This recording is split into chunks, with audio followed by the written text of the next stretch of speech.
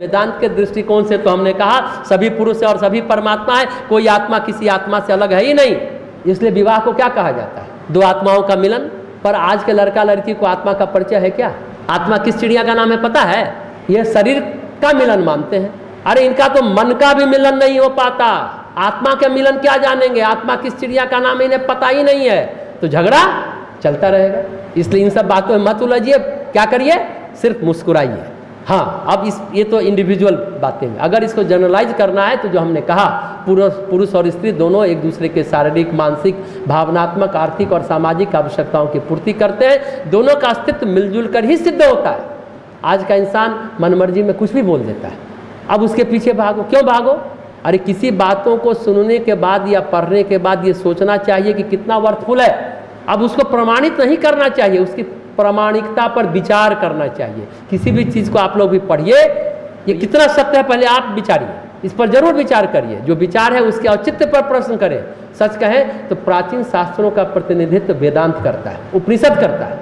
हम लोग प्राचीन भारत के वर्ण व्यवस्था या अन्य व्यवस्था पर टिप्पणी करते रहते हैं, फिर ये क्यों भूल जाते हैं? हम लोग कहते हैं ना कि छुआछूत है, अभी हम लोगों ने जाति की बात की, अछूत की बात की, नारी को भी लोग अछूत मान लिया। लेकिन एक कहानी है, ये क्यों भूल जाते हैं कि सत्यकाम जब ऋषि गौतम से शिक्षा लेने के लिए गए तो पूछा कि तुम्हारे पिता का नाम क्या है? तो दौड़ के गए अपनी माता के पास, ज्वाला के पास, कि मेरे पिता का नाम बताओ।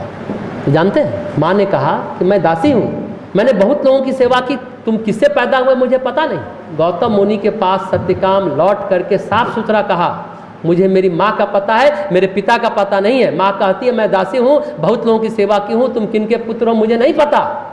गौतम ऋषि ने कहा निश्चित है तुम ब्राह्मण हो, क्योंकि तुम सत्य बोलने की ताकत है, तुम में सत्य बोलने की क्षमता है। उसको तो वो अपने गुरुकुल से नहीं भगाती है। ये कथा क्यों नहीं प्रचारित है सभी जगह कि अछूत और छुआछूत और ये बातें हैं? स्त्री की प्रामाणिकता पर सत्यकाम ज्वाला से किसी ने प्रश्न नहीं किया, न उसकी निंदा की ज्वाला की। सचमुच ज्वाला ने तो अपनी ड्यूटी की, दासी का अपना कर्तव्य भली भांति निभाया, अपना धर्म निभाया। लेकिन ये कथा नहीं सुनाते क्योंकि इससे उनके हित नहीं सधते और तर्क साबित नहीं होते। अरे महाभारत काल में सत्यवती कौन है? मल्लाह की पुत्री है, शांतनु से शादी की, रानी बन गई। ये अंतरजातीय विवाह नहीं था क्या? और तो और पहले से भी एक बेटा था, कुमारी माँ थी, और उस बेटे किससे पैदा लिए? पराशर मुनि से। और नाम क्या था? यही महर्षि व्यास। कुमारी माँ के पुत्र है महर्षि व्यास, जिन्होंने पूरा शास्त्र लिखा, जिन्होंने सारे वेद पुराण शास्त्रों को व्यवस्थित किया। उन्हें हम लोग अवतार की संज्ञा देते हैं, कहते अरे तो अवैध संतान है, बोल सकते थे। कहाँ? ऋषि व्यास को हम लोग कितनी श्रद्धा से याद करते हैं। शांतनु से 3 पुत्र हुए सत्यवती को, चित्रवीर, विचित्रवीर और चित्रांगद। उससे क्या फर्क पड़ा? सत्यवती के सम्मान में तो कोई फर्क नहीं पड़ा, ज्वाला के सम्मान में कोई फर्क नहीं पड़ा।